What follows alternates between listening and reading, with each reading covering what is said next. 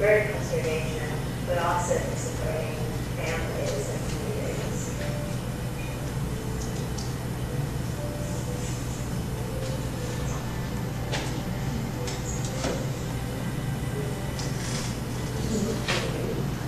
So I will end that.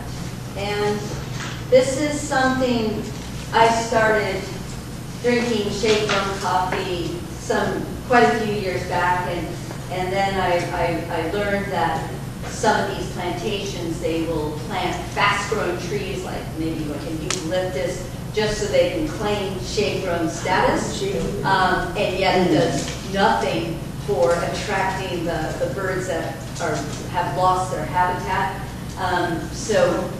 There are certain, you have to have the Smithsonian stamp of this bird-friendly approved type of coffee. There's a number, you look on websites, Birds and Beans, there's a number of Thanksgiving coffee, and I believe the zoo sells Thanksgiving bean coffee, and I thought I heard.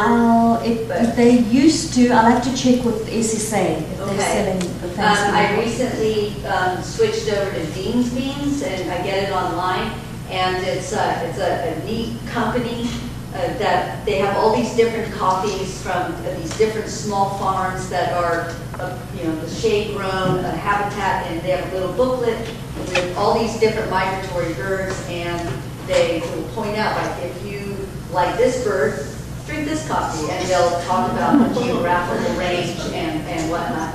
But it was interesting because we're so used to in Berkeley and the Bay Area having the dark beans. So I thought, try some of the other ones, the lighter roasts, and get more of the nuanced flavors. And it looked like a can of 50-year-old U-Ban, and it's like, oh, I don't think this, and it's so tasty. So I thought, as a fundraiser, we should have a bird-friendly, coffee-tasting fundraiser with different foods instead of That sounds wine. good. So that was just a thought that came to mind. Yeah. Is it important to have it be organic as well? And this is, you will see on these websites, there are different companies that, some of them really it's all about sustainability, organic, kosher, and so some of them are supporting certain things, and others are more the bird-friendly as well. And it's a lot of work to do this, but it's, we can all make these changes.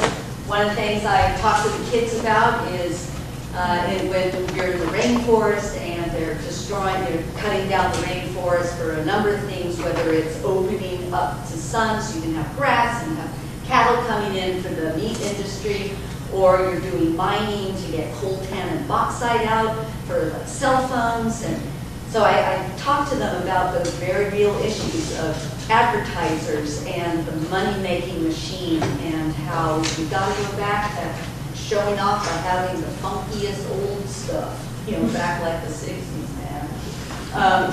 So it's, you're all going to be out there with just becoming this unbelievable part of survival and helping this planet, and feel free to bring a puppet.